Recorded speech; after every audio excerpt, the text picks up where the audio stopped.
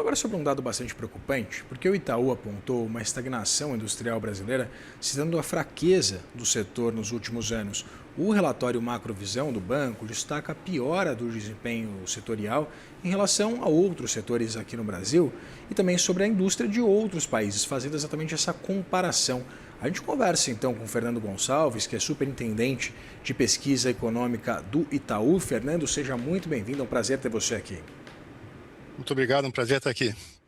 Fernando, eu queria começar perguntando sobre esse relatório bastante robusto que vocês prepararam, afirmando que a indústria brasileira cresceu apenas 12% em 25 anos, menos de 0,5% ao ano. Eu queria entender, esse cenário, se a gente analisar esse dado do Itaú, o diagnóstico trazido pelo banco é de que o problema não seria de demanda, mas sim de oferta. E eu queria entender exatamente por que a gente tenta resolver as questões que tangem aos problemas da indústria brasileira do ponto de vista de tentar incrementar a demanda e não desenvolver a oferta. Olha, obrigado pela pergunta. Eu acho que vale primeiro até mencionar um pouco as estatísticas aqui, né? Esse dado de crescimento da indústria de 12% nesse século, né? Desde o início do século. E, ao mesmo tempo, em paralelo, a economia chinesa, por exemplo, a indústria chinesa, cresceu mais de 7 vezes, né? Então, isso mostra um pouco como, né, o potencial de crescimento da indústria no mundo é muito maior. Se você olha o resto do mundo, excluindo China, houve um crescimento de 30%, que é mais do que o dobro do crescimento da indústria que ocorreu no Brasil no período, tá? E um crescimento, como foi mencionado, de 0,5% ao ano, mais ou menos, da indústria aqui, enquanto que o PIB brasileiro cresceu 2,4%. Quer dizer, nós estamos perdendo espaço, a indústria brasileira perde espaço não só em relação a outros países, mas em relação até à nossa própria economia aqui, né? E aí, eu acho que vem a pergunta de por que há uma ênfase maior em estímulos à demanda. Eu acho que há uma percepção de que isso gera atividade econômica e, de fato, gera no curto prazo, mas no horizonte maior, né, é o lado da oferta que importa, é a nossa capacidade de aumentar a nossa produtividade, e esse é a grande palavra-chave aqui, né, a produtividade, especialmente do trabalho, que estagnada como está nos últimos anos na indústria e em serviços, embora no agro esteja crescendo mais, é o que acaba explicando bastante da estagnação industrial brasileira. Fernando, falando sobre produtividade, tem um gráfico que vocês trazem que eu achei impressionante, mostrando exatamente esse platô em relação à produtividade da indústria. Eu queria entender, vocês fazem exatamente um paralelo com os resultados, né, a produtividade, esse crescimento da agropecuária, virando um contraponto positivo trazido por esse relatório. Eu queria entender que condições permitiram que o setor agropecuário virasse esse grande motor do PIB, né, como a gente acostumou-se a falar, e entender o que a indústria não conseguiu fazer ao longo das últimas décadas. Houve algum tipo de ausência ou uma leniência por parte do Estado? Houve um incremento exatamente da competitividade mundo afora? Eu queria entender o que separa dois setores com momentos, pensando em períodos mais alongados, né? Mas em momentos tão divergentes e contrastantes. Perfeito. Olha, eu acho que o agro brasileiro ele se destaca, né, pela nossa vantagem comparativa no setor. Começa por aí, né? É um setor que a gente tem muitas vantagens comparativas. Agora, algo que vale mencionar, né? É um setor que recebeu muito investimento, é um setor que há uma demanda muito importante mundo afora e acabou se transformando em investimento que aumenta a produtividade. É por isso que é um setor, o setor da economia brasileira que mais teve crescimentos de produtividade, e isso mostra quão importante é, né, focar no tema de produtividade e investimento em capital para que a gente consiga também fazer algo similar na indústria, né? Acho que todo mundo tem uma noção de um agro cuja vantagem comparativa brasileira é muito importante, mas obviamente nós podemos aumentar a nossa competitividade em outros setores também, tá? Então eu acho que aqui uma diferença muito importante foi isso, as condições que levaram a um maior investimento em capital. Nosso agro, e acho que isso é um ponto importante, né? São produtos agrícolas que há uma percepção muitas vezes são produtos simples, commodities, mas o grau de tecnologia para produzir esses produtos é imenso, né? Cada vez cresce mais. Então nós estamos produzindo cada vez com mais tecnologia no agro, né? Então acho que essa é uma diferença muito importante, tá? A nossa capacidade de investir num setor versus outro setor, que acaba explicando essa descolada, eu diria, do agro em relação a outros setores da economia. Fernando, tem um dado bastante relevante que vocês trazem aqui, mostrando que apesar da produtividade estagnada, os salários seguiram em alta, elevando assim o custo unitário do trabalho na indústria e também no setor de serviços. Eu queria entender exatamente como essa correlação trazida por vocês, ela impacta esse resultado. E fazer uma construção aqui também com isso que a gente vem debatendo ao longo dos últimos dias aqui no CNN Money sobre as perspectivas bastante negativas trazidas pelo próprio setor industrial, se, evidentemente, a proposta de emenda constitucional que põe fim à escala 6x1 for para frente. Isso já está, inclusive, mensurado nas projeções do banco?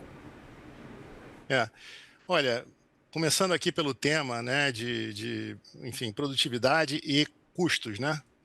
De fato, o grande problema de você não ter um aumento de produtividade, ela está estagnada tanto na indústria quanto em serviços, é que quando há um aumento de custos, por exemplo, pressões salariais, os setores reagem de maneira muito diferente.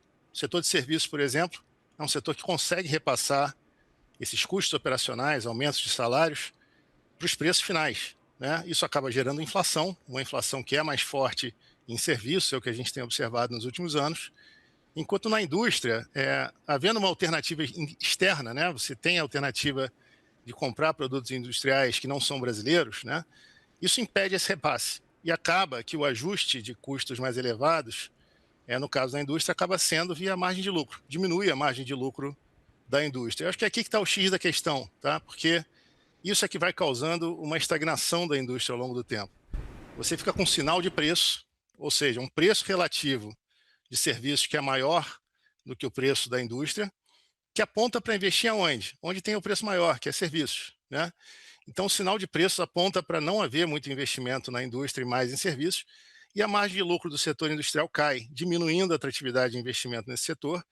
Isso acaba criando o que a gente chamou no trabalho nosso de um ciclo vicioso, né? Você tem menos investimento, com isso você tem menor intensidade de capital, menor produtividade do trabalho, e aí, com menor produtividade do trabalho, a gente reinicia esse processo de estagnação. Lembrando que o ponto de partida que a gente destacou aqui foi exatamente a menor produtividade do trabalho, né?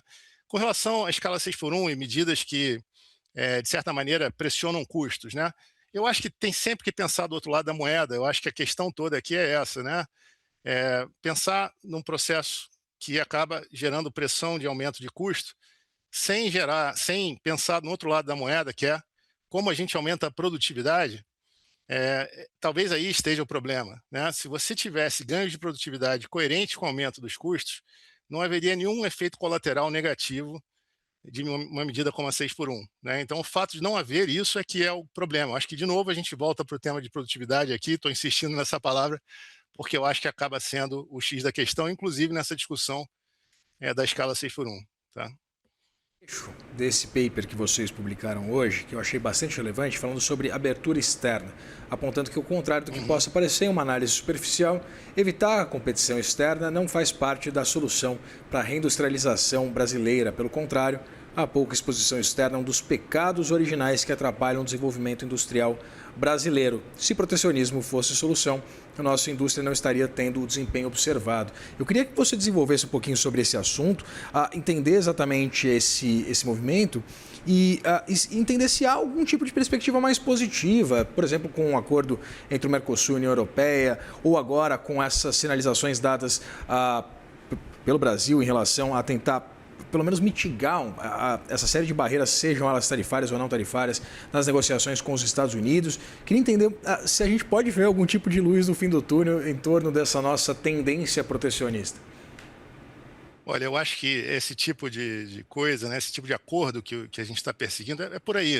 A gente tem que ir nessa direção, né? Quando você protege a sua economia, você deixa de se beneficiar de ganhos de produtividade que vêm de técnicas melhores, que vêm de fora, ou de insumos mais baratos que vêm de fora, e aí acaba também atrapalhando sua produtividade aqui. É por isso que isso acaba sendo um tiro no pé, né? E a história brasileira mostra bastante isso. Aqui, logo antes da nossa conversa, havia uma discussão aqui sobre tarifas nos Estados Unidos. Os Estados Unidos, ao colocar tarifa, também tem essa intenção de reindustrializar por lá, e já dá para dizer desde hoje que isso não vai funcionar num horizonte maior. Pode até no curto prazo ter algum efeito positivo para a indústria americana, mas não vai ter no longo prazo, assim como não teve aqui para a gente, né? Então, é importante você ter essa exposição à competição externa, é isso que vai ajudar os ganhos de produtividade que vão fazer, né, a economia, ou a indústria, no caso, performar melhor e ajudar ela a entrar num ciclo virtuoso. Tá? Agora, os acordos comerciais são muito relevantes, né? Aumentam a nossa capacidade de exportação, tem trocas de tecnologia, certamente, né? Uma exploração dos ganhos, das vantagens comparativas de cada país. Então, é por aí. Eu acho que a gente tem que, por aí, eu diria que eu não sei se é uma luz no fim do túnel, mas sem dúvida ajuda, tá? Eu acho que aqui a gente tem que fazer outras coisas, né? Outras medidas para melhorar a nossa produtividade que vão além disso, né? Mas sem dúvida é uma coisa positiva, tá? Uma série de outros aspectos, mas eu queria voltar a falar um pouquinho sobre o mercado de trabalho, porque Uhum. o relatório aponta que a produtividade de trabalho no Brasil guarda uma estreita relação com a qualidade de capital humano. Eu queria desenvolver um pouquinho esse raciocínio e também puxar um outro gancho aqui que também dialoga com aquela última pergunta que eu fiz para você sobre o mercado de trabalho, dizendo que restrições a contratos de trabalho tendem a exacerbar a tendência de desindustrialização do país e da substituição do trabalho em ambiente de produtividade estagnada. Eu queria entender exatamente como esses diagnósticos eles dialogam com essa série de discussões que a gente tem tido aqui, Fernando, mas não só no momento, 6x1, os aspectos enfim, legislativos e políticos dessa proposta, mas principalmente em um mundo que está se desenvolvendo de forma tecnológica muito significativa e o Brasil, evidentemente, está perdendo Perfeito. o bonde da IA. Bom, perfeito, tá? Eu acho que aqui a gente começa uma discussão que está no nosso estudo do que fazer, né? O que fazer para sair dessa estagnação, para entrar num ciclo virtuoso. Eu acho que o bom senso sugere, né, que educação é muito importante. Educação, sem dúvida, está ligada à produtividade do trabalho, né? Então, o maior fomento à educação, eu diria que é a melhor maneira de elevar salários. Você aumenta a produtividade, naturalmente, a remuneração aumenta, né? Focar em temas como educação técnica, que supre necessidades de mercado, ir além de uma discussão de quantidade de pessoas que se formam, por exemplo, e focar também em melhora de qualidade. São coisas que aumentam a produtividade do trabalho e naturalmente aumentam a remuneração sem precisar de nenhuma regulação para isso, né? Então, eu diria que isso é talvez a questão-chave. E quando você coloca distorções de diversos tipos, né? Você coloca distorções no mercado de trabalho, isso acaba gerando decisões que podem gerar efeitos colaterais que não são os desejados, né? Então, nós estamos passando por uma revolução tecnológica muito importante, que é a da inteligência artificial, que foi mencionada aqui, né? Isso acaba virando uma alternativa, né? Então, uma alternativa ao trabalho, etc. Então, a gente tem que levar isso em conta também nas nossas políticas, tá? E, de certa maneira, focar menos em regras e regulações do mercado e mais em ganhos de produtividade, daí entra a educação. E eu aproveito para falar aqui de um outro tema, tá? Que também está na nossa discussão ali. Eu diria que tem 3 vertentes aqui para melhorar esse quadro de produtividade aqui no Brasil. Um deles, sem dúvida, é diminuir o déficit de infraestrutura também, tá? Isso aqui acho que é extremamente relevante. A infraestrutura impacta a produtividade geral da economia, total da economia. Há estudos sérios que mostram que o investimento em infraestrutura hoje é cerca de metade do necessário, né? E como é que você melhora isso? Acho que criando um ambiente regulatório que atrai o investimento privado. Então, o marco regulatório do saneamento, por exemplo, mostra bastante a importância de você ter mais previsibilidade jurídica, de ter um ambiente regulatório desenhado, que não precisa ser perfeito, mas que já gera uma redução de incerteza muito significativa, tá? Então, eu diria que também, junto com a educação, o tema de infraestrutura é crucial, tá? Conversei com o Fernando Gonçalves, superintendente de pesquisa econômica do Itaú Unibanco. Fernando, muito obrigado, muito interessante esse papo com você. Esperamos você tenha disponibilidade nas próximas oportunidades também, porque realmente foi um prazer. Certamente. Muito obrigado. Foi um prazer estar aqui. Obrigado.